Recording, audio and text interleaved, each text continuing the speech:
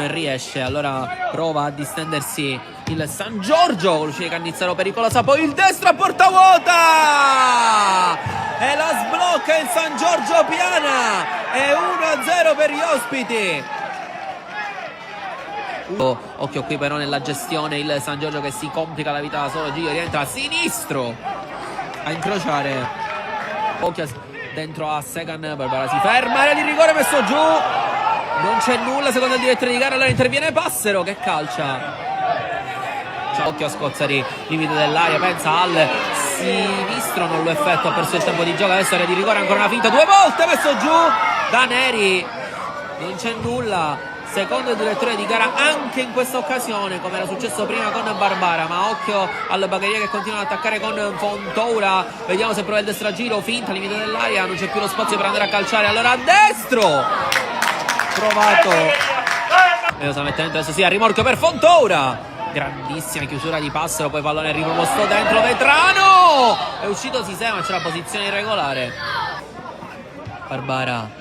contro Amaia, poi lungo, profondo ancora dal 2, occhio Pennisi che rischia tanto su Secan e calcio di rigore.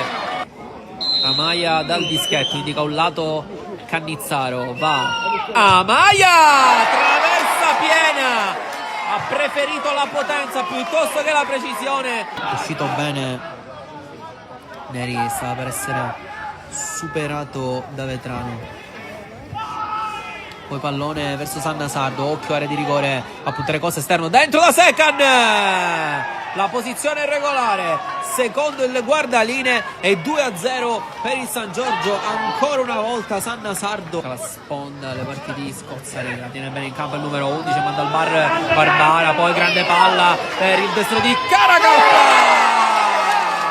gol regolare, il 7 a incitare la folla, arriva il gol del 2-1, il Bagheria è di nuovo in partita e finalmente può esultare con la sua gente, è arrivato il gol, scelta giusta dall'altro lato, Secan si impegna in mezzo ai due difensori del Bagheria, occhio che se la prende l'attaccante del San Giorgio, allarga da Maia, destro a giro, Cannizzaro, grande intervento con le mani Costa, alla porta, ancora Scozza riguarda dentro l'area, il pallone passa, Caracappa si gira a destro, Neri, gran chiusura, poi sinistro ancora di Caracappa, rimpallo, ma c'è vantaggio, abbatte, verticale il pallone, Aramburu si impegna contro Maniscalca di rigore, destro, provato dal 20, adesso arriva da parte di Costa, Martinez, 2 contro 1, area di rigore, dentro il pallone, è buonissima! Per Sanna Sardo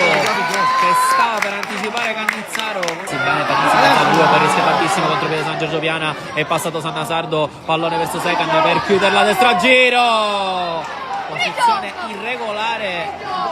dell'attaccante del San Giorgio che l'aveva chiusa con la doppietta personale.